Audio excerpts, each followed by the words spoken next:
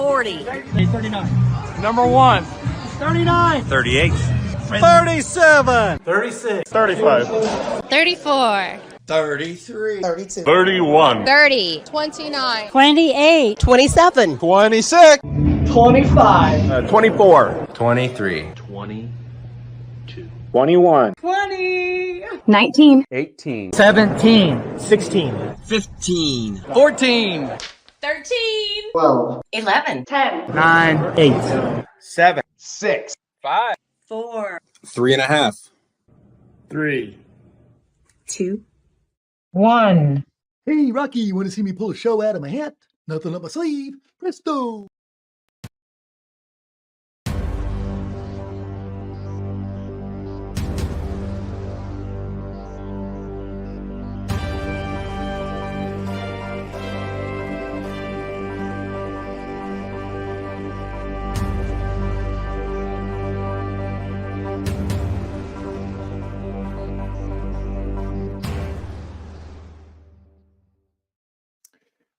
All right. Welcome to the Mouthwash Talk Show, a minty fresh take on politics. And yes, I did. I actually worked today and I was nailing up a line pin and I hit one of my digits. So that was fun. This today was one of those days where it was good news, bad news, good news, bad news, and some good news and some better news. But hey, we got an exciting show tonight. We got Micah Beckwith coming on. You know, I saw online where somebody said he was scared to do interviews. I tell you what, there's some people that should be scared to come on here. You know, we had Jefferson Shreve on, and the Democrats used a piece off of our show for him, for to go against him. And our latest victim is Becky Cash. Oh yeah, they took a hit off of her and put it on an ad, but hopefully Becky will survive this election and be good with it. But hey, if you can't come on Mouthwash Show and hold your own, then maybe you ought to get into politics. But our guest tonight, Micah Beckwith, he is not scared. And I've been accused of having a platform for this Nazi nationalist, whatever all the names they call him. Yeah, we have a platform for everyone here. And if you've watched Small Talk over the past 3 years, you know, we've let everybody talk on here. Everyone's opinion is appreciated, respected, even though we may not disagree with it. So, but tonight, before we get started, the reason I started this show 192 episodes ago was for this very purpose tonight. So what we have here is I have as you see, I'm running for the U.S. Congress. My lovely wife, Lisa, made this, she got an embroidery thing. She made this all up for me. Isn't that cool? And so the media doesn't cover a lot of stuff. So I've actually caught my opponent lying. Imagine that, a politician lying. So I'm going to show you a series of letters here. And what's really interesting is we caught him lying, but he's also trying to say that we declined a debate with him. Now, I think you guys know me. I've never lost at words, but so here's the first letter. So this is a letter that we sent to him on 7/27. Remember, 7/27, 110 days before the election. I hand delivered this very letter to Andre Carson at his job fair on August 5th.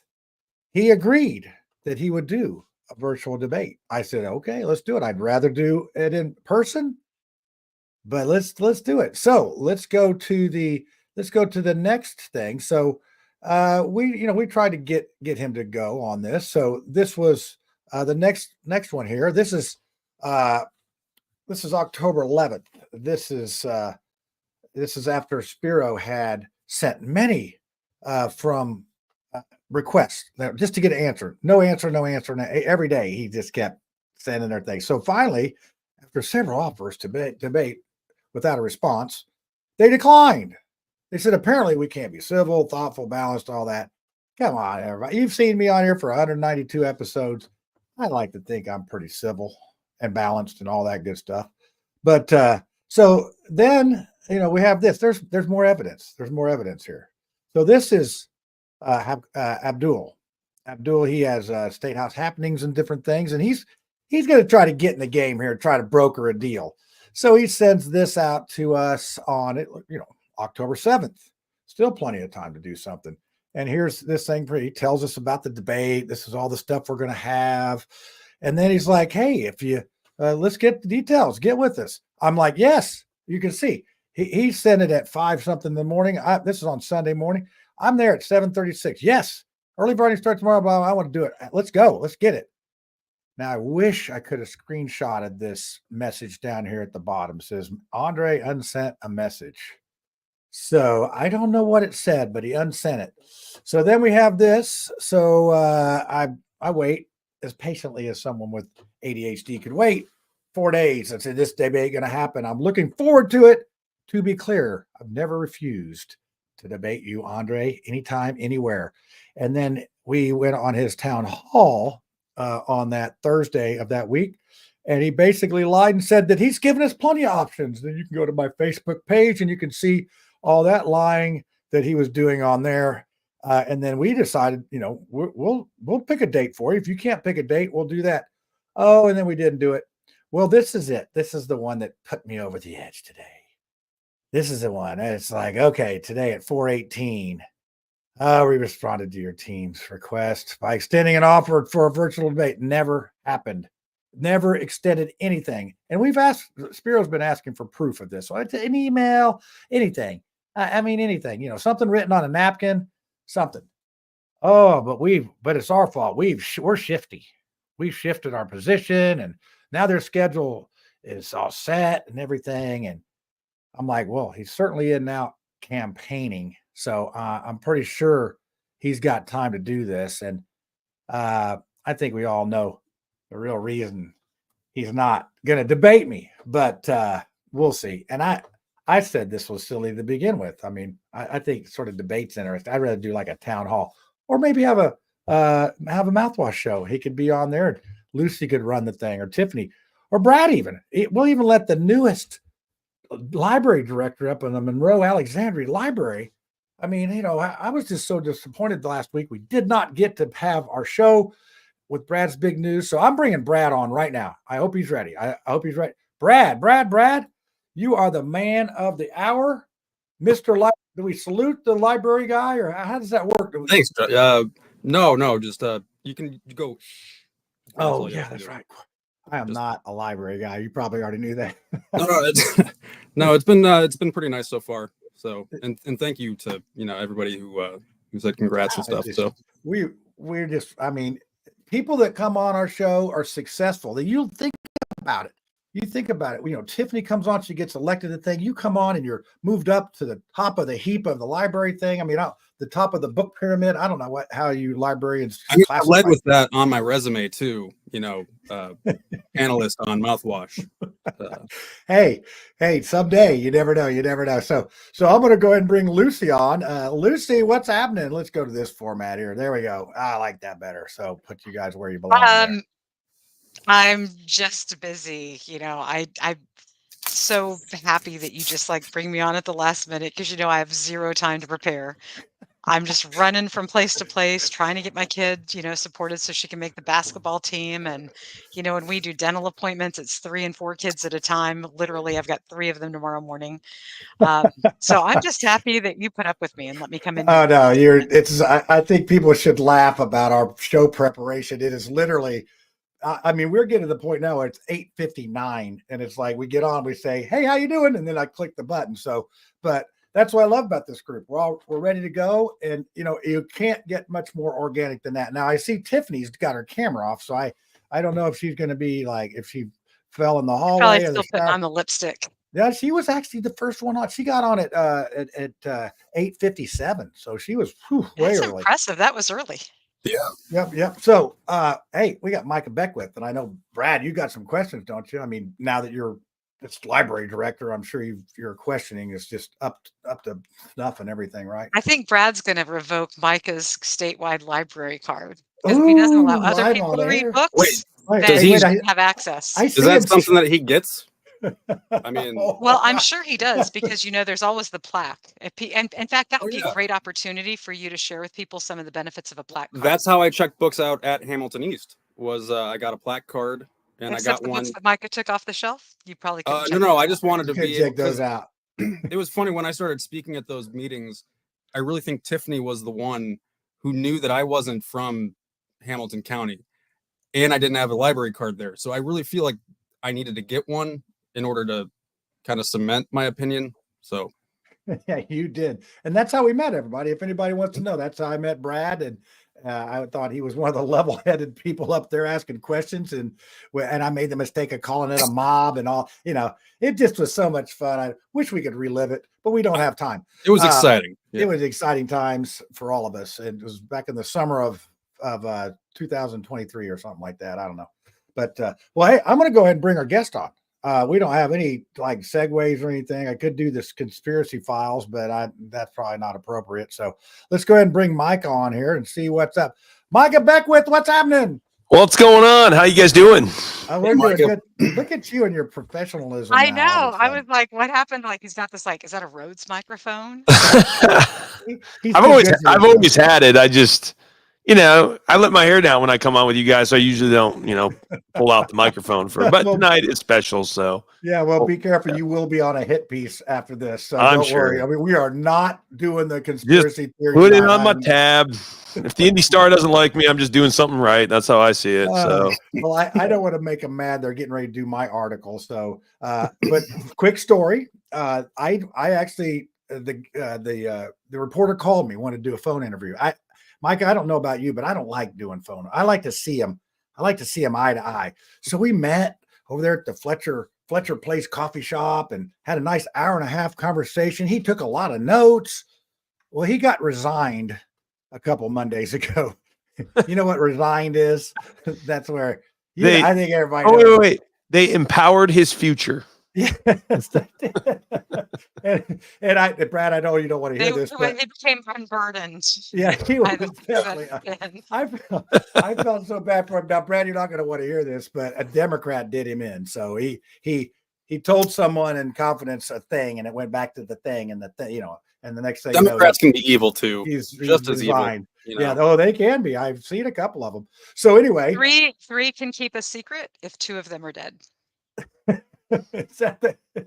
I'm not going to go there. I'm not talking about that. So anyway, Brittany came out and we had another talk about things. So we'll see how that goes. Now, the guy that the person, I can't divulge my sources here. He said that she was good, decent. So I don't know who has anybody interviewed you from the Star, Micah? Yeah, I mean, I've talked to the Star actually quite a bit. They did a 4-page profile on me. I was on the front page, and it was like a 4-page thing. We had, there's one journalist over there that, and I use the word journalist lightly, but her name is Kayla Dwyer, and she's been halfway fair. I mean, she's certainly not in any way, shape, or form a conservative. She's definitely on the left, but she's been, if someone wants to interview me in good faith, I'll talk to anybody. But yeah, so they do that. I've been trying to get on getting James Briggs, the opinion writer, to go on Rob Kendall's show with me to debate him on air live, but he won't do it. He keeps wussing out. So I've talked to Rob multiple times. Rob has texted him and said, "Hey, Micah wants to go on air with you." And they're good at hitting you from behind a screen or behind a pen, but when you see them in person, they run and hide pretty quick. Yeah, so. they've had between him and Greg Doyle there, and James Briggs has interviewed me. Hey, Greg Doyle. God, don't even. I got a quick Greg Doyle story for you. He was fair to me too. But I think Briggs he's been decent to me. But with Greg Doyle, so I don't know, it's probably last summer or something. Me and Jim Merritt were going to have lunch down at Jimmy's Diner. And Briggs saw it on Twitter that we were going to do that, and he invited himself to our lunch. And we said, sure, come on. Well, at the last minute, he declines, and I asked him why. He said, well, my son's coming in town from from college or whatever. And he gave me some business about it. He was some special person that it just gave me some garbage. I'm like, oh, that was odd. I said, I would just bring my son to the Jimmy's Diners because they got some good food over there. And we all sit there and eat and laugh, but no, didn't work out. So when I see his problems coming up here, why is the sports guy weighing in on politics? I mean, that's the thing that I want to know. It's like, dude, just just write about sports, for crying out loud, man. Like, Everybody was going nuts about Antonio Brown, and is that where it started? Is that kind of how he got into it? No, I'm just laughing because it's yeah. But equally is just okay. It seems like a lot of people are getting out of their lanes on stuff. I mean, it's like I feel like being a politician, you're like fourth or fifth in line for having an opinion. So, but it's just crazy. Like Micah, you always do share your opinion on things, and so that part is always refreshing. What can make more incumbents do that? Because I really think it is an incumbent kind of a thing to not want to debate. Because I mean, Andre Carson, he's not. But my state rep, she's nowhere to be found. And Jim Banks, same thing. And and Jim Banks, he's a well-spoken guy, and I get it. You don't want to give your opponent thing. And Micah, you didn't have to debate your guy, and you did. Yeah. And Mike Braun, he really didn't have to debate that, and you did. So talk to us about how you decide how to do that. I mean, so there's always strategy that goes into probably people who decide not to debate. I like talking politics. I like talking culture, all things, that, are important to a lot of people. So, and I really believe that I really do know what I know, and I know why I know it. And if I'm not able to defend a point of view, I either don't know it well enough or I'm wrong. Those are the only two options. And I want to be somebody that really, truly does stand on what is true. I'm not saying I always know what is true, but if someone can push me into a way or push me off of what I think I know is true, then again, I just don't know it well enough, or I'm wrong. And so I'm willing to accept the fact that maybe I don't know everything. And so come at me, right? Like I like this, back and forth. I believe iron sharpens iron, right? So you guys have a lot of, good opinions yourself. You guys all are coming from a different perspective. And to me, that helps keep me sharp. So, if I ever meet a Brad on the street or a Lucy on the street, like I kind of know where they're coming from, and it helps me dialogue with them better. So this is a good, I look at this as just like good exercise for the mind. So a lot of incumbents probably don't see it that way. They probably are a lot more like, I want to protect my seat. Running for office is never something that I've dreamt about doing. So frankly, I'm not doing it for some grandiose, like, oh, I want to be something or something. Like, I would much rather just never have gotten into the world of politics and just been a, quiet, peaceful pastor that nobody knows about. And it would have been a heck of a lot, like, less stressful sometimes. But I know we can't do that. I think we all have a calling, and we all have to go where we're being called and speak what we're being called to speak. So, but you guys help keep me sharp. So that's why I come on and I like it. So I got the first thing to sharpen you on. Okay. And this is the 10 Commandments. This is something that you should know well. Okay. Do the 10 Commandments prohibit us from theft? Is it part of the 10 Commandments that thou shalt not steal? Is that Yes, in your it is. Bible like it's in mine? Yes. So as a politician, you're going to be called upon to literally steal from people. You will have to enshrine the theft by your actions. You will be required to uphold, enforce with force when necessary, and with the force of stealing people's property. And in the case of property taxes, where Rainwater has come out and said if he's governor, the law is going to get changed and no one will lose their property to foreclosure because of property taxes. But Micah, I've never heard you come out against taxes and say, taxation is theft. It is literally burglary and taking money out of people's pockets without their permission. And we're literally stealing people's homes, typically for the benefit of a favored, political donor or corporation. So I want to know, A, do you believe that the commandment "Thou shalt not steal" is still valid today? And two, how do you intend to protect who your taxpayers and stop the politicians from stealing from them? What will you personally do on that issue? Yeah. So one, I do think taxation is theft, and I've always said that. I've posted about that. I've said it many times.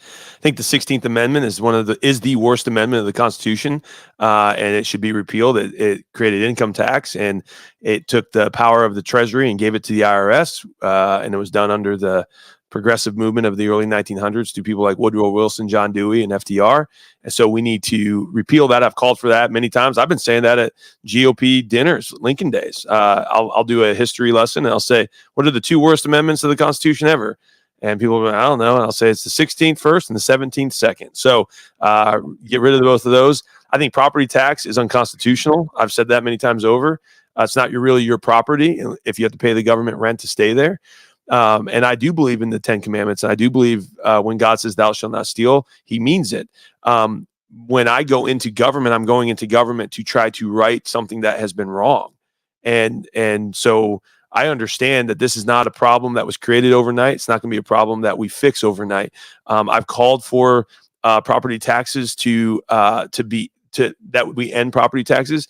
Can we do it, year one? No, we're not going to be able to, because it's been a problem that has been embedded into our culture. Local governments take 80% of their revenue from property taxes. Is that right? No, but that's the case. So how we start stepping back in the right direction is a really important piece. So I believe under what Mike Braun's doing is giving the legislature cover to now begin to address the situation. So that's step one. Holcomb wouldn't touch this. So no legislator wanted to touch this. What Mike did when he came out, he said, hey, here's what I want to do. And now all of the voices within the legislature, leadership, just everyday reps and senators, they are now starting to say, hey, here's an idea. Why don't we do this? There's some good plans out there that do call for the removal of property taxes without destroying local units of government, so we can still fund the important necessary aspects of government, because there is a role for government, Lucy. I think maybe you and I might disagree what that is, very, but very limited to very a contract limited. called the Constitution. And Yep. unfortunately, we haven't had enough politicians, that have been tarred and feathered in recent history. Sure. And so they've kind of forgotten where their place is.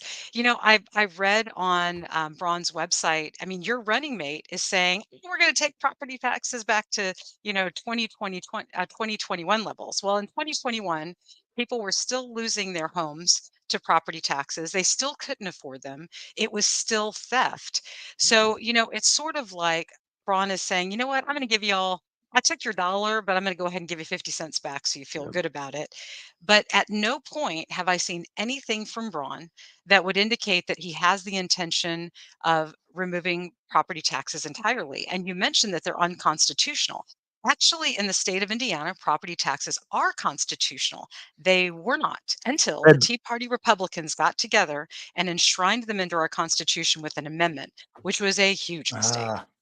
Yeah, because they worked around it. Federally unconstitutional. I know they're in our state constitution, but I would say you would see what the founders and the framers created. They would have said no to property, because the pursuit of happiness, life, liberty, and the pursuit of happiness was actually the word property before they changed it to the pursuit of happiness. The reason they changed it from property to the pursuit of happiness was because they didn't want slaves to be considered property. And there was a big battle going on, obviously, in the beginning over slavery. And so they kind of were the good guys, the guys that knew slavery was evil, made sure that the South wouldn't be able to say, well, a human being is my property. So they changed it to the pursuit of happiness. And they knew that was going to be a battle we'd have to overcome. But okay, I want to shift the gears here. This is a very important question from one of our viewers. Yankees or Dodgers? I mean, this one may, this will be on a Democrat hit ad soon.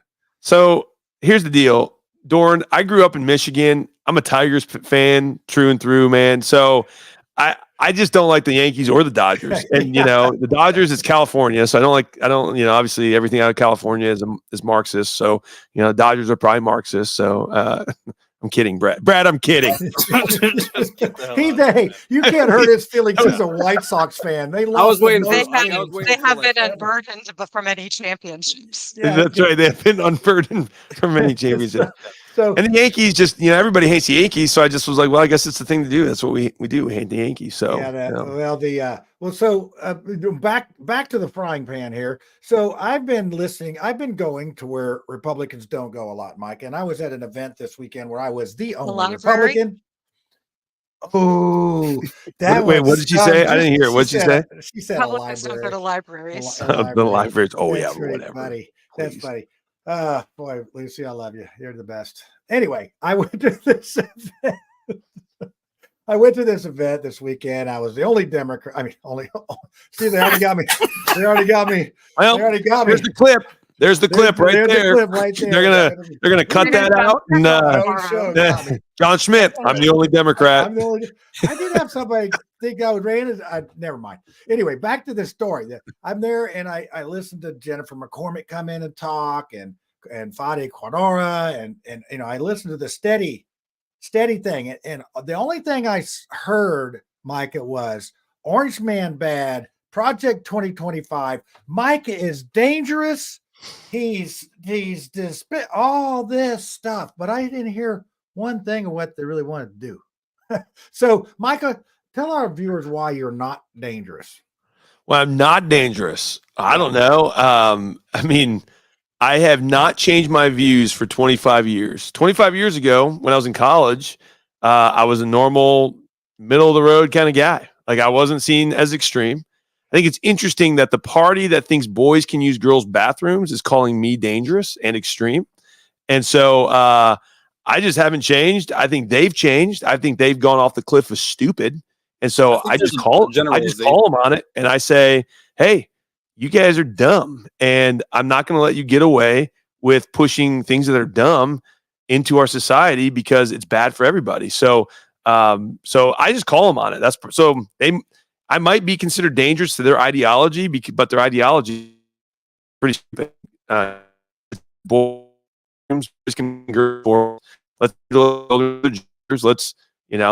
push abortion all the way up until even after birth in some cases out in crazy states like California. And Ralph Northam called for it, just so you know. He was a Democrat governor of Virginia. So he called for infanticide. There's not extremism on both sides. I'm just saying, I haven't changed my views for 25 years, and I wasn't extreme 25 years ago. So what happened? Yeah, well, I'll tell you, Slick Witty, who is running against Justin Moad for House District 97, the same district I've bloodied my knuckles on for two terms. He says if Micah isn't dangerous, it'd be pretty cool if he was. So there you go. So yeah, who is Slick? Okay, who is Slick Witty? Who is that? Stephen Whitmer. Steve Whitmer. He's been commenting on my post, and he's like, "I've tried to call you," and I'm like, "I don't know who I'm talking to right now." So, hey, Tiffany, Steven. We got her. We don't know what happened to her, so you got to get up here in your spot. So, Steven, if you're listening, send me a message with your DM me with a cell phone number. I'll call you because he's been trying to reach me, and he's been saying like, "You're not calling me back." I'm like, I don't know whose number this is. So yeah, he goes by and he's been notorious on the Twitter. He's like Jekyll and Hyde. You meet him in person, he's just calm, cool, and collected.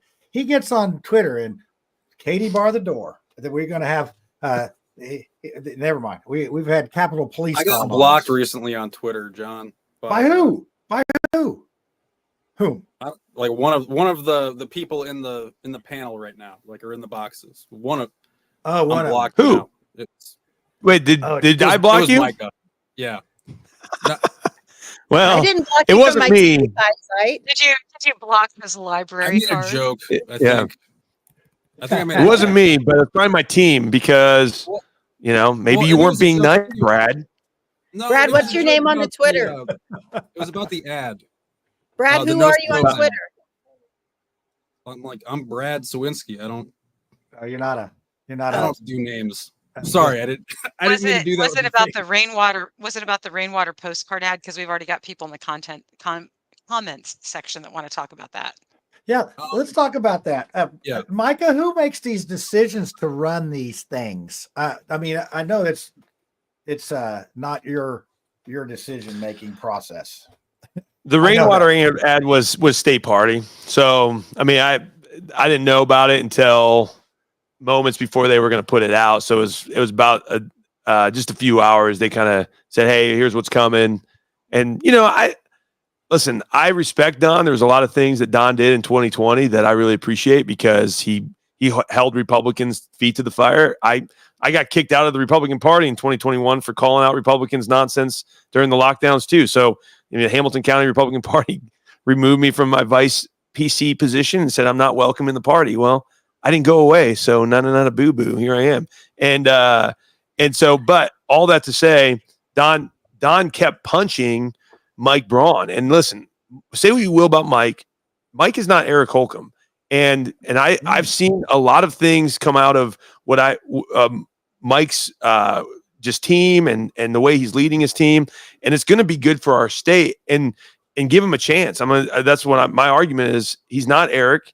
He's not going to govern like Eric. He's got a really good vision, in my opinion. And but at some point, if Don's going to keep punching, like, I don't think anyone wanted to go after him, but dude, if you're going to throw, rocks, don't be throwing rocks in a glass house, So yeah, don't throw rocks against the guy with $85 million. I feel like Mike Braun threw the stones first, though. Like he threw one at Jennifer. Go ahead. Yeah. We'll do Brad first, and then Liberty. Yeah, go ahead, Liberty. Brad, then Liberty Lucy. Oh, I guess. Well, yeah, he threw one at Jennifer with the no stove ad. No. I think it was not Jennifer. I think it was Don. So I mean, we were always going to go after Democrats. Like Braun's campaign has done this. Like it. Right. Sure. They were always going to go after Democrats. That was not a no ifs, ands, or buts about that. I think people were saying, wait, why are you going after the libertarians? Right? Like the libertarians are sort of a non-issue. Like, don't waste your money. Don't waste your time. Like, why did you do that? And I think the way I saw it, no one consulted me on this, and it was State Party. And I honestly don't even know I don't know how much they talked about it with the Braun team. Again, State Party is a separate entity, and they will do things sometimes that they think is in the best interest of the party as a whole. Are they, maybe somebody else might know this, are they a PAC? Is the State Party considered a PAC, or what are they? I think they're an organization. I don't know that to be. I don't think they're a PAC. I think they are an actual organization. So the PAC structure is very different than what the party. That's my understanding. I could be wrong, but that's my understanding. All right, Lucy. If we had Mark Small here, he could tell us all the organization and why it's so long. What happened? Why isn't Mark coming on? Well, because he was. Look at him smiling down there like a possum. Yeah, he's mad. Look at Tiffany. She's laughing at me too.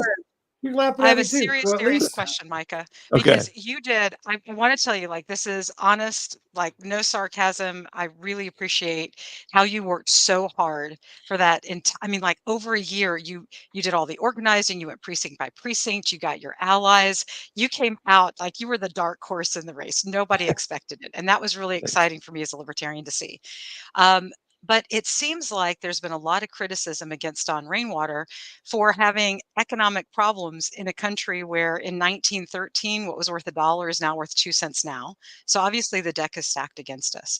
If you could go back and talk to Don in like 2020 or when he was running for Senate or mayor, what would you have told him about his financial problems and disclosure to voters? Yeah, I would have just said, hey, just come out with it, right? There's a lot of forgiveness. People are not, the people of Indiana, one thing that I have seen over and over again is they're forgiving, they're grace-filled, they're good people. Just come out with it, right? Like if he would have come out with it when he was running for mayor, it would be a non-issue at this point. And I think that was the thing where I kind of was like, I kind of scratched my head a little bit. It's like, how did I not know about this? Like, why is this just now coming out? And it just seems a little bit on the shady side where it's like, hey, Don, you've been criticizing the state, and rightfully so. I think your criticisms are fair on how we've been managing our money. I wish you would have told us about your issues personally and just said, hey, I made mistakes. I've walked through them. I've learned, I've grown. And then at this point it'd be a non-issue. But when that came out, it was kind of like, man, here's a guy that's, again, been punching pretty hard at the Republicans. And then the party finally said, okay, man, like we're done with this. We're going to tell people what you did years ago. And again, I'm not saying I condone it. I'm just saying that's probably what was going through the head of the party. So you think like a wage garnishment, that's pretty serious. If you didn't pay your bills and you got sent to court and you were supposed to show up and you didn't show up, and then it went to wage garnishment, because that's exactly, they put that chapter and verse right on those postcards, right? You saw them. Yeah. So I would like to know when you're going to confess and come out publicly with your financial sins. Yeah, I already have. I said that years ago. So when I sold my embroidery business, and this is what I told the Indy Star this even before the convention, that there was a $2,000, there was a credit card and a sales tax bill that didn't get transferred over in the sale, and it was in my name for 2 years, and I didn't know about it. And so all of a sudden, I got my wages garnished, and they said, "Hey, what the heck?" I called them, and it's like, "What is going on?" And then I paid it. So I said that years ago. I mean, I've never shied away from that. And again, to me, that is the chaos of the government loopholes and this red tape nonsense where people jump through them and have to, it's hard to run a business. And so I got my hand slapped because it was like, you're telling me like you guys never sent it to me. You never called me. Oh, we did. We sent it to the address. Well, it was the address that I sold when I sold the business. Oh, well, that's your fault. So, and then also too, I think, Lucy, if you want to go a step further, I'd like to confess the other sins that I've done that I think is maybe in the article that you're referring to. I did have 2 seatbelt violations that I think they wrote about. And well, there's some so, consumer debt there as well yeah. as the business debt that I thought you might want to come clean about. The consumer debt was part of the business debt. So that's what it was. No, I would Gosh, say it's almost like people on the road to success try things that don't work, and then they lose money, and then they have to make it up later. That's and right. I think that's kind of what's happened with rainwater. I mean, if you look at the history, But I it was think, something that happened. Lucy, I mean, he didn't play child support. I'm not going to try again. I don't want to vilify Don, but if you want to go down this path, if you're going to try to say that not paying child support for how many years? A lot of people get behind, and then How they many get years? caught up. How many In years? fact, I have worked as a mortgage Lucy, broker how many since years? '96. How many she's years? Kamala Harris. I don't know. I don't know, and I'll tell you why I don't know. It's Okay, because I I'm looked just saying. on my case. Unless you Yeah, have all of the documents, and maybe you do because you're part of the Republican Party, so you're therefore part of this attack. Obviously, you want the job. You don't want Tanya to have the job that you're going for. You don't want Don to have the job that China, Mike Braun, the China guy. I mean, he's just as bad as Holcomb. So you obviously want the job. So you're in on this, and I'm not mad at you. This is just politics. It's a blood yep. sport. But, a lot of people have difficulties when they get Sure, divorced. And sure. so and so, But I'm not in that I'm just situation. I've been saying, married for hey, 33 years to the same guy. I let him yeah, go on it's Live It great. Every Day, even though he makes bad comments on my show. He wants to ban I'm just teasing Ben because he's Lucy. right there. I got a check for $50,000 from a man who was gainfully employed the entire time. So, yeah. So Yep, divorce exactly. is That is terrible. not a battle. That is Yeah, not a yeah. battle that I've ever had to do, but I fought with that battle on behalf of a lot of my mortgage clients who have been on both sides of that fence. So, I am familiar with what happens when somebody gets behind on their child Sure. support, then they get a new job, and then it takes a while for that to get caught up. My husband had a coworker with a baby mama that was so terrible that she would call on Friday morning knowing that the paychecks didn't come out until Friday afternoon and call the court and have him arrested for failure to pay that week when he hadn't got his paycheck. And he would sit in the pokey all weekend long until Monday when the judge got there and could say, well, he's paid it because he got his check at 3 o'clock and she called at 9. And after 6 months of that, it was actually the employer who paid the money to go to court to stop that from happening. So I think we've got to be really Wow. careful when we talk about financial sins because the Hey, biggest financial sin that we have is the devaluation of the I agree. dollar. Where politicians and you're Here it Republicans, so comes. I got to get you on this. Republicans and Democrats have been working together for over 100 years to steal from the American people. So if we want to talk about financial irresponsibility and mismanagement at the criminal level, it's the government that perpetuates that. Sure. You are wanting to become part of the government. You're likely to win because we're in a Republican state. So, good on you. You're probably going to be stepping into this job in a few months. So my direct question for you is, how do you intend to protect Hoosiers from the federal government controlling the money and printing it out of control and causing us all to have financial difficulties? Because So if we had the full value of our money, I doubt any of us would have any economic problems. I agree with that. Well, that's a stretch, but okay. Yeah, I do think you're right though. I think it is a federal government issue. The state has to use the bully pulpit, and I think it is a very complicated issue in one sense because we are just a state. We don't print the dollars. We don't print our money. We have no control over Could really you not what. refuse? Could you not say Indiana Sure, wants we to can free you refuse. from the Yeah, federal government? Why but don't you leave that charge? Put your money where your mouth is. I And have talk to the House Lucy. about I protecting have said Hoosiers. that. I have already called for us to do that time and time again. And you know what the response I get from those in office is, well, if we don't take it, somebody else will, right? I'm like, okay, fine, let them take it. At least we won't be part of the problem then. And we can stand up and we can say to the rest of the nation, hey, we refuse these federal dollars because we don't want to be held responsible when our dollar collapses. We can say, hey, we stood on principle. So Why don't I've been saying why this don't for you put years. forth? Okay, so I'm going to hold your feet to the fire. Okay. Yeah. In January, I'm going to expect to see activity and you working with the senators and the Senate and the House in Indiana to create a bill to repudiate the federal government and to issue Indiana script so that Indiana will have its own monetary system that is backed by the golden assets in Indiana that cannot be devalued, that cannot be printed outside of the actual value of our assets, and tell the federal government that if they want to come cross our borders, I mean, there's patriots all over this state. You know, we'll we're stand at gonna the go to borders with our war guns to against the keep out So the country. you're feds. talking about golly. secession is what you're talking about. I mean, that's really where that would go. I am. And That's Micah, what the war of the didn't you states say is that you over. would? It was civil slavery. It was not Micah, the didn't you say Civil you would War. put It was the War of the state troopers secession. against the All right, FBI? Brad, let's let Tiffany wait, Brad, what did Brad say? No. No, I go read an ahead. article that said Micah was going to put the state troopers against the FBI. Yeah. If the FBI tries to do something unconstitutional, yeah, they absolutely should. So their whole FBI is unconstitutional. That's Well, not no, but the then Constitution. I agree. I agree with you, Lucy, on that. There should have never, and I've said this for years. I will say it as Lieutenant Governor. The FBI is a federal police state. It's not. It was never intended by the founders. The founders would have never allowed a federal law enforcement arm that could go in and arrest people. It is a local and state issue to actually be law enforcement. So when the FBI comes into the state of Indiana and tries to arrest people unconstitutionally, that's when the state needs to step up and say, hey, you can't just take our citizens, in the cover of night and all of a sudden they disappear like some Gestapo.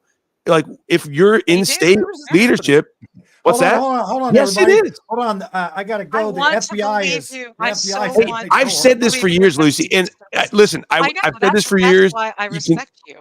Yes. Because So you have been consistent, and even when it wasn't required by law, and so I kind of have a tiny little legal disagreement So about hold that. on before You were doing the right thing to help people write exemptions so that Thank they you. would feel like there was a. Stop. am I getting a compliment from She's on a Lucy? roll. Where's Wait. Dorn? Dorn, I want you to listen to this. Your John wife Belushi is and complimenting me. Dorn. You saved people's lives, literally, because they didn't get injected and they didn't die suddenly. Thank you. So Micah, before we get to Tiffany, because I want to see Tiffany's stuff here. Sorry. Hold on a second, John. Hey, David Giffel. My name is not spelled Micha. It's spelled Micah.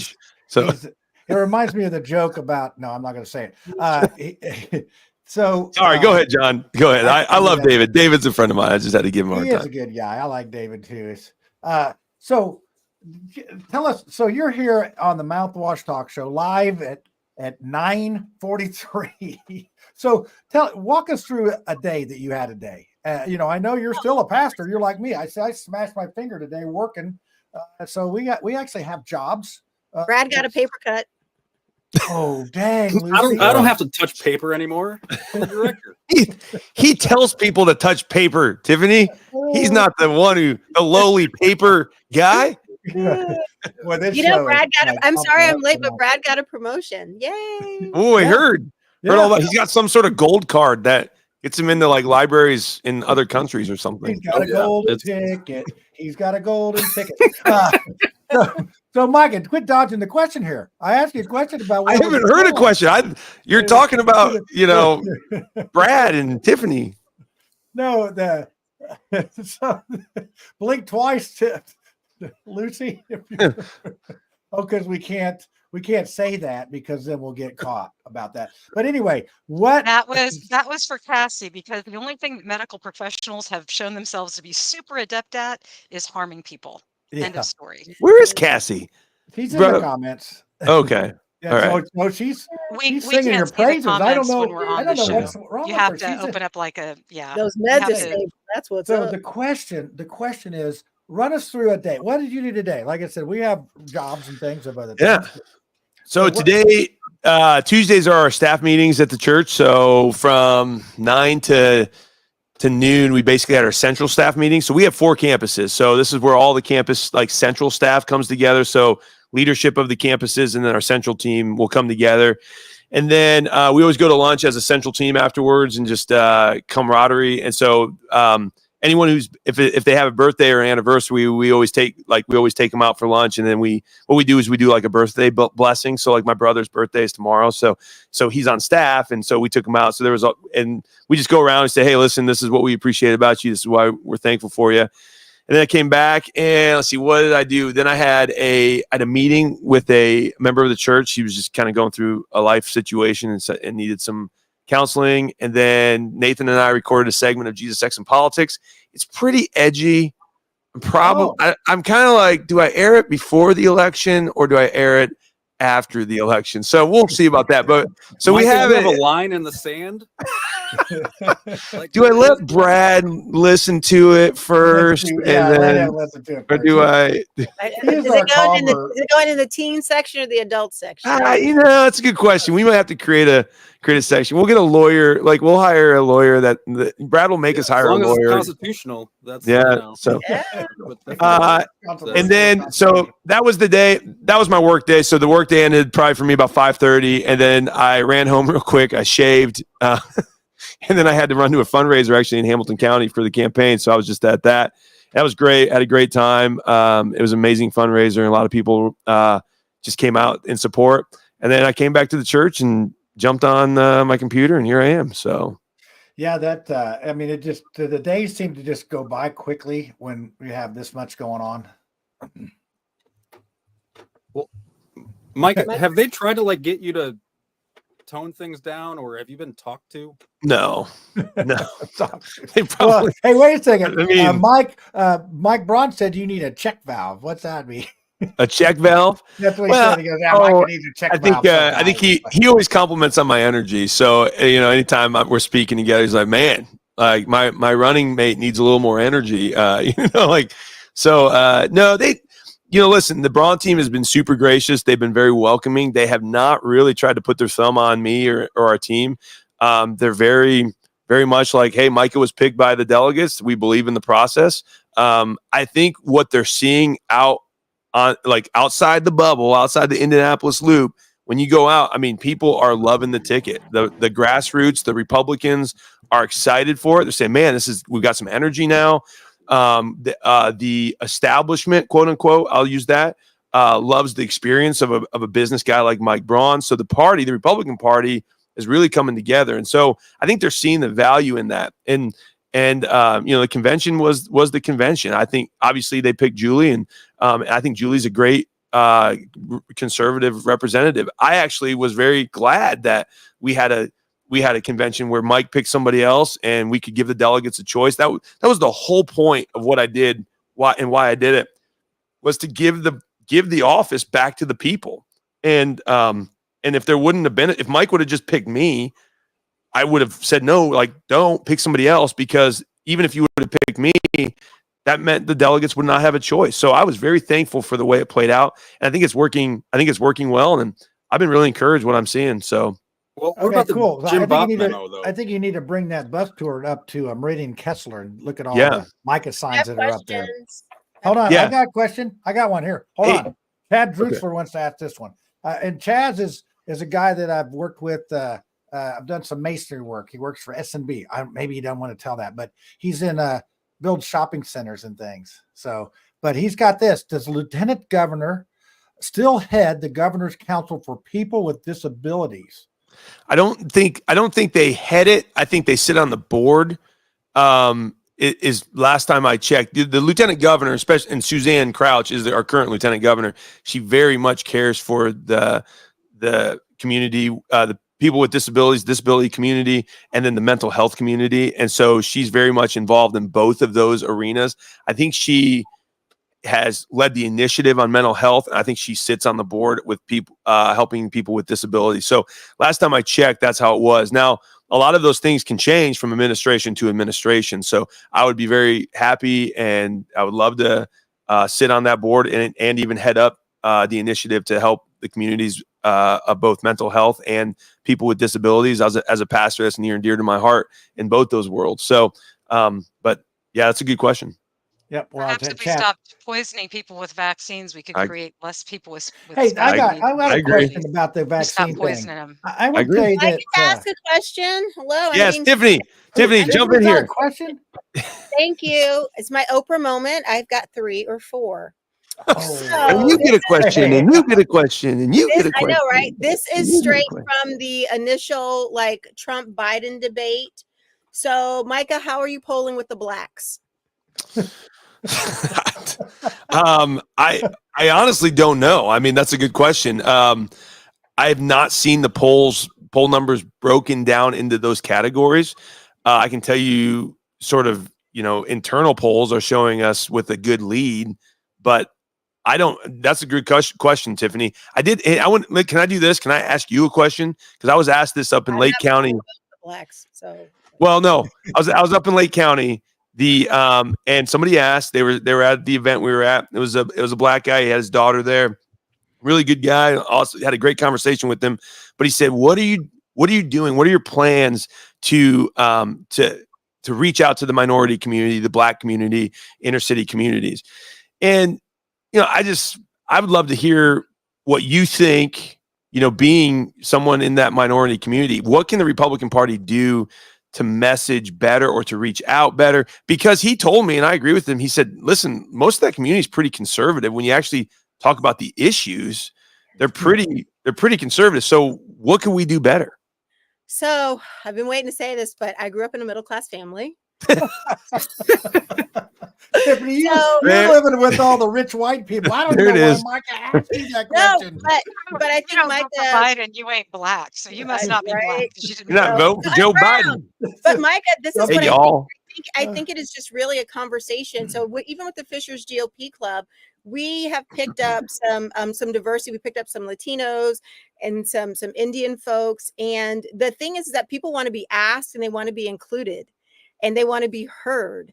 And so that's the thing. We listening sessions, talking to people. So this is my thing. Oh my God, we talked about this 2 shows ago. Every black person isn't poor, and the average Hoosier is poor, but the average Hoosier is not black. So it's really just conversations and understanding what we can do to move demographics.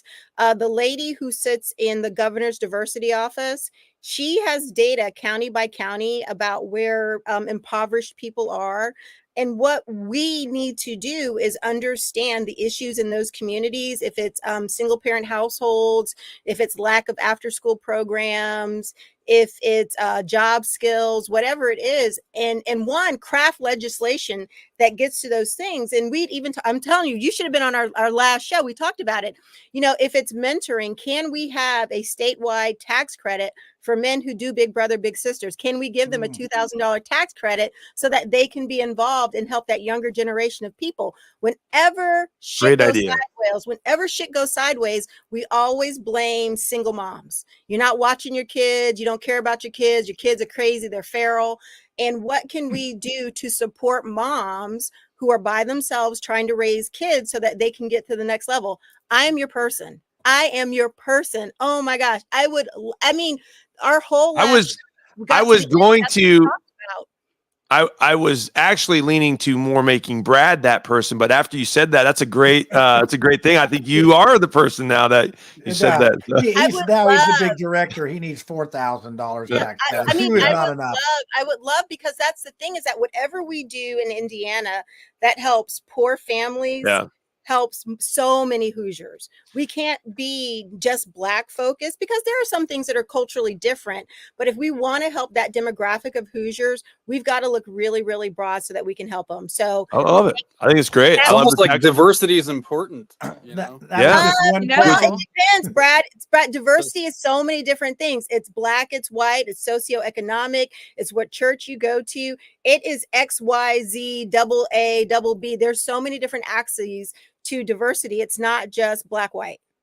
No, because we all need to assimilate, though, right? And every Latino is not illegal. See, that's the other part of it. We should assimilate. Black Yes, person Brad. isn't poor, and every Latino is not illegal. So that's my first question. Standardization, man. I just like to put in a quick little thing here that we wouldn't be needing to give people tax breaks if we didn't steal their money in the first place. Yeah, we did. We're just trying to give them a small path to getting some of their money back. So the Can I just say, can look good. Can I just say I love each one of you because it's just amazing. I love this conversation so much you don't even know. I'm being serious. I'm being serious. Second question is and the audience agrees. Look at that. It's just right on time. Wait Thomas a minute. Breedlove, skateboard journalist. So this is the second question. What are you most excited about and what are you most nervous about? Oh man.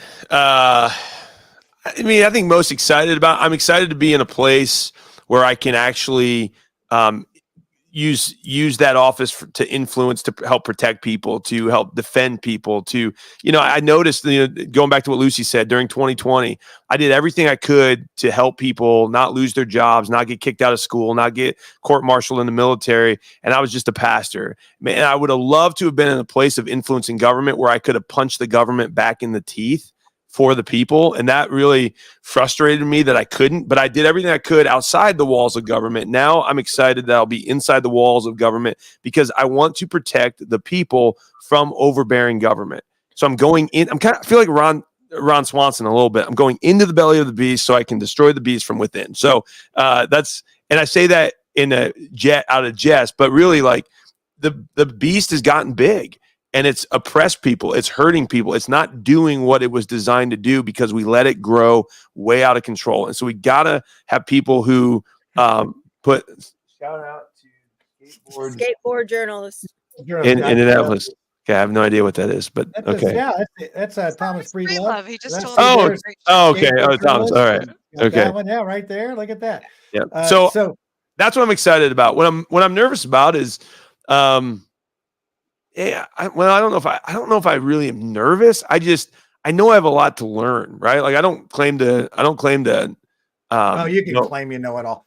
No, I don't. But Tiffany, you got some. I want to keep it moving here. Yeah, go. Yeah. And this has been a great show. You got another question? My last question is after the convention, I saw you at a Hamilton County breakfast, and Senator Braun was talking, and I was like, I don't know. I think Micah's changed. And I looked down and you had on like some crazy gray pants and your little sleeves were rolled up. And you had on like a blue Oxford. I was like, oh no, they got to Micah. They took in 2 days. That was like 3 days after the convention. I was like, oh, they got to him fast. I know. So my question is, do you feel like you've changed any? No, I don't. I don't feel like I have. I don't feel like I will. I think I've got a great group of people around me that keep me accountable. One of the reasons people have said, why will you not step away from the church fully? Because I'm still going to preach part-time. And the reason is because our church is very engaged. They know what's going on in the world of government, and they will tell me if I ever do something stupid. And they'll say, Pastor Micah, we saw what you did down at the State House, and that wasn't right. And here's why. And I don't think that I'm, perfect. So I want people around me that will speak truth to me and be honest with me. And so being, at the church every week, preaching, diving into the Word of God together, that's going to help keep me accountable. So no, I don't think I have changed, and the goal will be not to change. But I also know George Washington said it best. He said, few men have the virtue to withstand the highest bidder. So I don't want to do it forever either, because I don't think it's right to do it forever. And I will serve. I will do my time. I will make sure I can get in there and kind of punch back against the overbearing, overreaching government tyranny that we see in a lot of ways. And then I look forward to helping raise up people who can take the torch after I'm done and then go fight. So Micah, let me see your sleeves. Let me see your sleeves. Where are your sleeves? Oh no, but he doesn't have on the work shirt that Braun does. We've lost him. Oh Lord. I want to point out Catherine Callahan, who I am a big fan of, smart lady, been on the show many times. She said that, Brad, I think the Republicans will win with or without our vote. I don't think this is going to be a close race. Catherine, if that were true, the Republicans would have not spent tens and tens of thousands of dollars sending out those postcards about Donald Rainwater, because a lot of people are unaware that Donald Rainwater beat the Democrat in 33 of our counties. And so the Republicans it was Woody Myers. Yeah.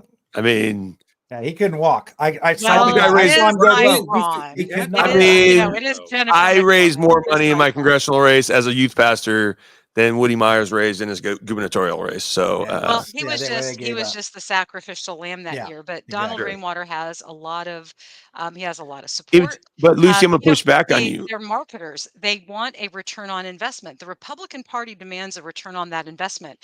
And they obviously felt that their return on investment was better trying to pull some votes away from Rainwater, from low information voters. But what they didn't count on is that the people who vote for Donald Rainwater are high information voters. They're sick and tired of the Republican crap. They see Mike Braun making trips to China. They see Holcomb making trips to China. China's buying up our land. I mean, China. I mean, even Trump's mad at him, I right? think we went to Why didn't Ireland they invest? today. Why didn't they invest those dollars into John Schmidt's campaign? I think Yeah. you could have gotten a much better return on investment for those tens and tens of thousands of dollars, because that Andre Carson is a tough one to beat. Why didn't, if the Republicans didn't think that it was a good return on investment, they wouldn't have spent the money. So Lucy, this is how I do it. When you give money to a politician like me that really doesn't have a chance to win, that's a donation. When you give it to an incumbent, that's an investment. So you just keep those terms, going there. So, So Micah, I do you gotta, hear some of the bad feedback then, or are you insulated from it, I guess? Bad feedback in the sense of the Rainwater Yeah, ad? like things like that, to where if you're Oh yeah, I mean, blocking- like people They're will getting attacked now by it. Well, no, people will certainly reach out to me and they'll say, "Hey, what's going on?" Or like I'll see some of that feedback for sure. Again, I don't think it's necessary. Listen, what Catherine Callahan was saying, I think Republicans need to remember that this is, you can't be complacent. So I think you got to get out and you got to vote. Complacency will then certainly flip this state back into the Democrat hands. Yep. I don't think the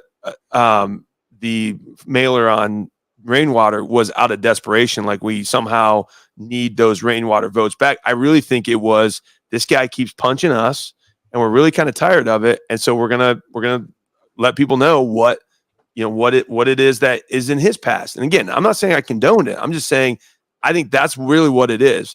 And we asked you so, why. So yeah, but that's what you I'm think. also the victim. I'm the victim of Democrat mailers that were put out on my campaign. I don't know if you saw those, 11 by 17 folded 8.5 by 11.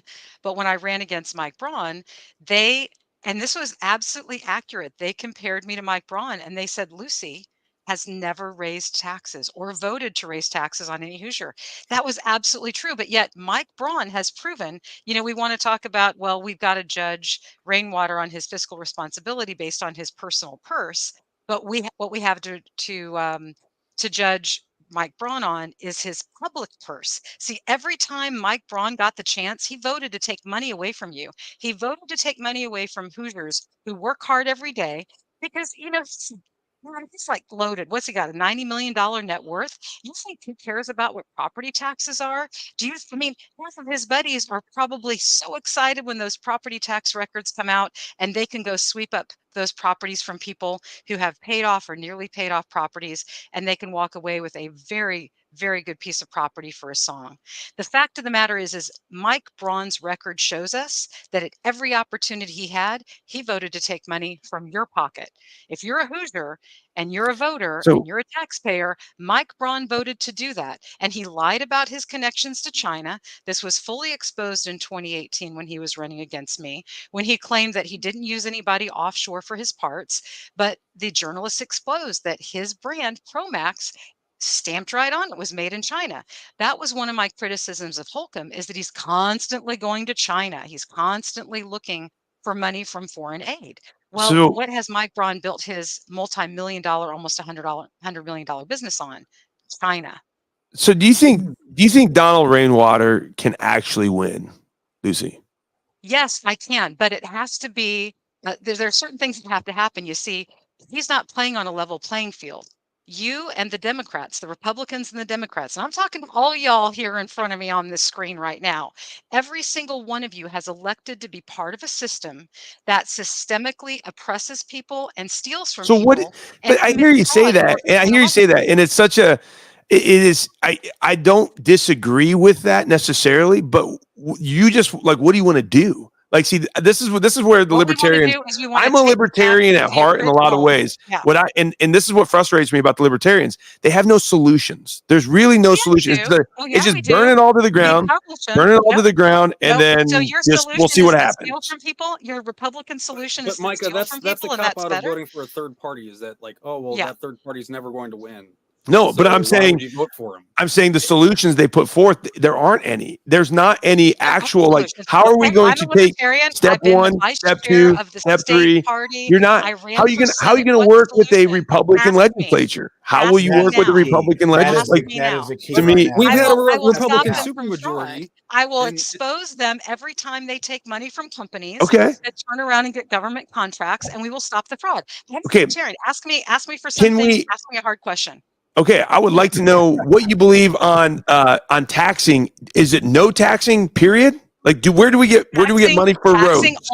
Taxing only according to the Constitution. We had roads before there were Okay. road taxes. Okay. What And the about first thing police, the fire? Republicans Great. did, Military. first thing Great. that's yeah, What yeah. what about Only the infrastructure? things that Where's are the in the line? Constitution. Where's the We line don't for need the infrastructure, military. Lucy? So We've got limits. is the power grid part of the infrastructure that should be taxed? Does that include wind Well, and first of all, there renewables? should be no power grid because Tesla had free electricity for us, and Westinghouse and Edison, who had DC, first strung the line so that people would not be able to Okay. have electricity. They wanted a little meter because they knew if they just got pennies from each little house, they would be unfathomably rich. And that's what happened. Do you know there were solar panels in the 1880s on buildings? Why didn't you know that? Did you know that Henry Ford had cars that ran on hemp back in the early 1900s? Is Why there do we anything not know hemp that? can't Everybody do? was living high on There's the hog nothing then. to. Yeah. Okay, Brad, so So where can I find okay, books like that? we're not Is going to that I solve. have solutions. I have solutions that don't involve stealing from Brad? taxpayers. Where's hemp in the library? I'm a horrible host right now, Where Lucy. can You're I making find me look hemp in like the a horrible host. library? We've let him. I got Oh, probably like 360s, something like that. That's where you can find hemp in the library in the 360s. in the 360s. Maybe. Yeah, it's Somewhere. like everybody was living a high life back then. Okay, so Micah, I've got a question for you. This is something that I get a lot of. So in the last 3 days, I've had someone call me about homeless encampment. I've had my superintendent on my job that's an out-of-state superintendent ask me about the permitting system here. And then I also had another person call me about their 16-year-old family member that a 17-year-old had run away and sort of kidnapped with. Then I had somebody call. Are you getting a lot of that? Are you getting a lot? And I can't help a darn person without any authority. And you don't have any authority. Tiffany's the only one that. Tiffany, can you help me with that stuff? You're the only one that's got authority. Brad's got authority. I mean, oh yeah, Brad's he's got a gold library card. Yeah. So What that for out. the exit, Brad? You know that Right right there, John. Colin Powell said, when people stop bringing their problems to you, you stop leading them. That is the greatest and highest honor ever. Is when people call you with their problems. When I was an officer, that is 99% of what I did was putting out fires and taking care of people. Short story. I had we were in Oman, we were in the desert. I was someplace, I think I was taking a shower. People came looking for me because one of my NCOs was losing her mind. You need some I periods know. and commas in It between was that. Tent City. It was Tent City. Okay. And so I get there and I'm sitting next to her and she's crying. She's inconsolable. And I sit next to her and she's just crying and crying. And she said, you know, my ex-husband's trying to take custody of my kids while I'm deployed. And I was like, don't worry, I got you. So back up just a little bit. Couple weeks prior, I'm in the shower and they're like, Captain Ditlevson's a bitch. She's a bitch. Blah, blah, blah. She's a bitch. You know, no when good deed goes unpunished. You know what? No. And then fast forward, when things went sideways, she needed me. And I protected her kids. And that made me so happy because she knew, I was going to do my job. But John, when people come to you with their problems, that's the greatest and highest honor ever. Yeah, my frustration is I don't have the authority and that I know that I could use to fix this stuff. And I got some news tonight that's really good. If I don't win or whatever, that's really good news that there's going to be a path for me to be something someday. I might be 80, but I'll be. But John, even though you don't have authority, you can direct people to like resources, like different government agencies, to the police, social workers, different nonprofits. I mean, just because you can't send the lightning and the thunder, doesn't mean that you can't help them. And sometimes just listening is a step in the right direction. But John, if people are coming to you with their problems, that means number one, they found your contact information. And two, they thought about it. They're like, well, we might as well call this guy. I mean, what do we have to lose? Yeah, what do you have to lose? But I I connect think that people with a means you're lot of making different. You're making headway. I Good. do connect people. So Micah, how are you getting things like? Are you just getting people just giving you a hard time saying you're dangerous or? No. I mean, that is a very small minority of people who are kind of throwing the attacks at me, and really it's coming from crazy people like the Indy Star. So it's a good thing to be attacked by the Indy Star because it just means you're normal. But the our only newspaper in Indianapolis, though, right? that's well, we got the there's not even a City Chronicle, the Cassie's Chronicle, comment. Capital Chronicle, or something like that. But I love it. Yeah, Mirror. Chronicles, Mirror. great, I think. We got Mirror. I mean, So- we got vacuums being Put up filled. Cassie's comment. She said that's why she loves being a provider. Helping.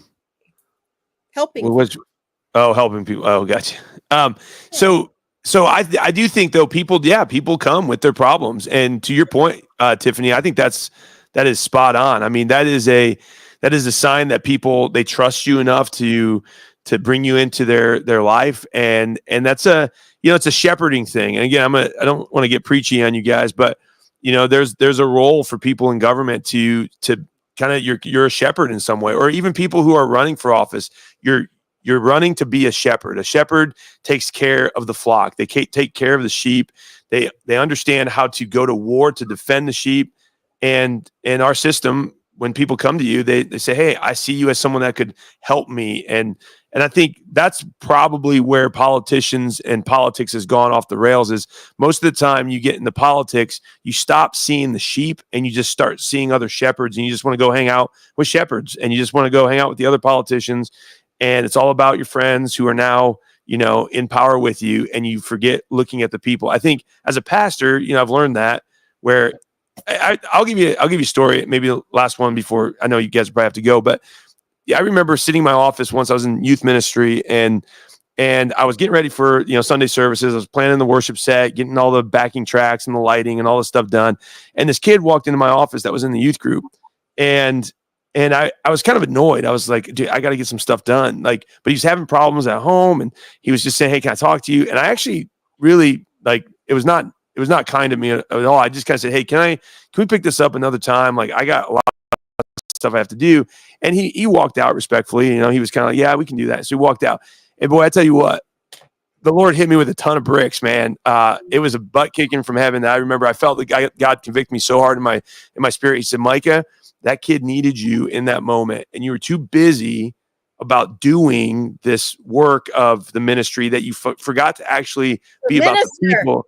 You forgot to minister to the people. And he said, if you ever forget that what I've called you to do has anything else than being about people, then you've missed the mark. He said, I'm about people, therefore you need to be about people. And I think that can apply to not just pastoral leadership. That applies to everything. It applies to politics. It applies to your family. It applies to business ownership, and we got to be about people. And I think that's where we miss it. And I've obviously failed. Yeah. That was a time when I failed. So later when I saw that kid, I had to say, hey man, I'm sorry.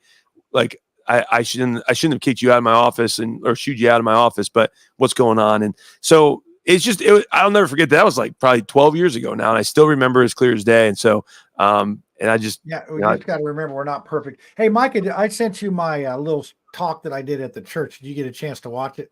I did watch it. I didn't finish it, but I did watch the beginning part of it. And I thought from what I heard, I thought you did pretty well. Yeah, I sort of tell people, I said, Mike is not the only one that can preach. A lot of people don't know I'm a licensed minister and all that, but you went into a church as a politician. How dare you, sir? Well, I do not talk politics when I go in there. That's for sure. I gave a little sermon on Matthew 25 and how we're supposed to serve. So it was good. Well, hey, you know what? Jokes. Oh yeah. Well, I thought of one here. What was it?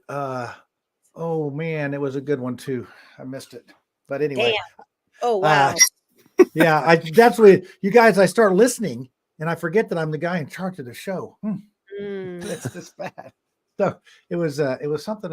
I'll think of it Wait, later, maybe. you think you're in charge? Who gave you that impression? I know. You just set this up so we can get together and talk. Yeah. It's like going to somebody's house and drinking their alcohol. Wait, can I show you guys what I've been drinking too? Oh, what do you got? Some what do they call that, it? is that like Muncie water? What's that? What is that? That is an Arnold Palmer, but I got an Arnold Palmer sized Arnold Palmer because according to some strange old man that was ranting about stuff, Arnold Palmer was apparently quite I the got a man. theory about that, He but was. I'm not going to share that with anyone. So, but anyway, that I tell you, you know what? I'll I write think it in some the of private chat. so that's funny, but I think some of that stuff is, people go to these rallies, especially Trump, because they want to hear something outlandish like that. And I think that he is just such a crowd pleaser that They call wants him an to entertainer. He's an entertainer. entertainer. Yes, he's an He's entertainer. awesome. Yes, he's an entertainer. He's an actor. I saw him on like the World Wrestling Federation. He's an actor. But hey, before we go, we have to put a plug in. The Indiana Debate Commission, the same one that hosted my Senate debates, is hosting a gubernatorial debate on Thursday. There's going to be a bunch of goobers there. Oh. Yes, they are. Done. Will it be And some televised? reporters. She was said such a goober dad joke. debate. Goober That was debate. such a dad joke. I don't Stop know. with the dad jokes. Will it be All right. televised? I was at a fundraiser. Yeah, You went to a Yeah, the fundraiser Indiana tonight. Debate Commission televises. You went to a fundraiser tonight. I went to a fundraiser the other day. Micah, they had a silent auction. I didn't win a darn thing. A bunch of mimes beat me out of all the things. Oh my God. This is terrible. guys What has talk my about life become? All right. Well, Somebody help me. that is I going need to an do it. adult. Somebody help me. Yeah, That's Get me like out of here. Chad Blink Albert told twice, the blink- conversation and everybody's that you know what we missed it. This is what happens, Michael, when we miss a week not see each other. This happens. And we were actually struck by Helena. Catherine, it's getting late. Yes, it is. It was terrible. It was a terrible thing ever. So anyway, hey, Micah, we're going to wrap it up because you've been, we're 17 minutes over. We don't really have a time limit. We just want to get rid of you. we're on the Lord's time. Yeah, we're on the Lord's. Right. God doesn't go by a watch. That's the first thing you do when you get to heaven is cut your watch off because you don't need no time up there, right? No, he's going to turn the clocks back pretty soon, right? Yeah. Well, in Does November. that Not in happens? heaven. Not in Yeah, heaven. because we got daylight savings time. So fall Making back. all things new. Only, I gotta say this, only a white man would think that you could cut a foot off of the top of a blanket and sew it So on the would bottom I. of a blanket I and have a know. longer I blanket. so agree. How about this? We start a petition, Micah. Your first act as lieutenant governor, because I know you're going to have a throne and a big thing and you can make rules, that we just fall back a half hour, call it even. When we go, that's it. After this November, fall back 1/2 hour. You know what, John?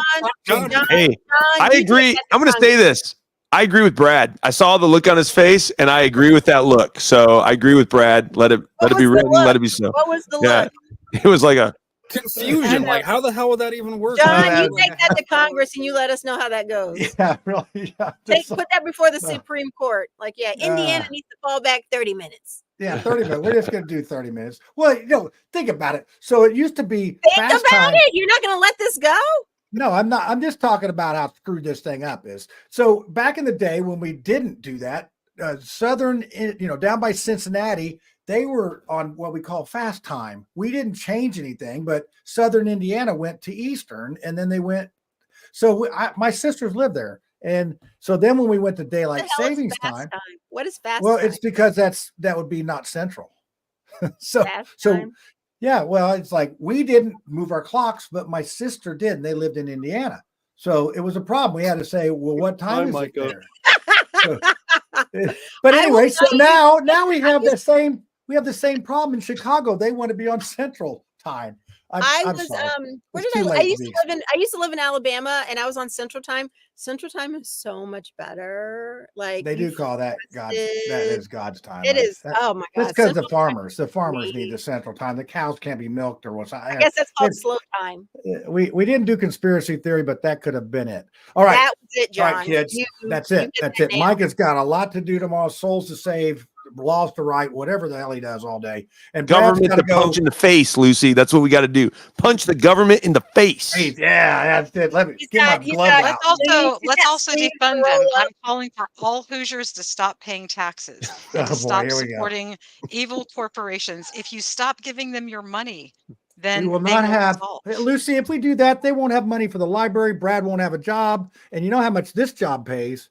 You can't I will live just on I tell that. you, know. This I is don't know how much of We're our waiting on that listening raise. is the blacks, but the blacks don't do that. Just don't stop paying your taxes because we will get in more trouble. So please, that does not Okay, apply to the I am blacks. I am pulling the stinking You plug on cannot this encourage show. people to break the law. As soon as I can find the get out of jail free I'm here. trying to get out of the matrix. You get out. No, Yeah, it's let's see. It's no. which one is it here? Oh, there it is. All right.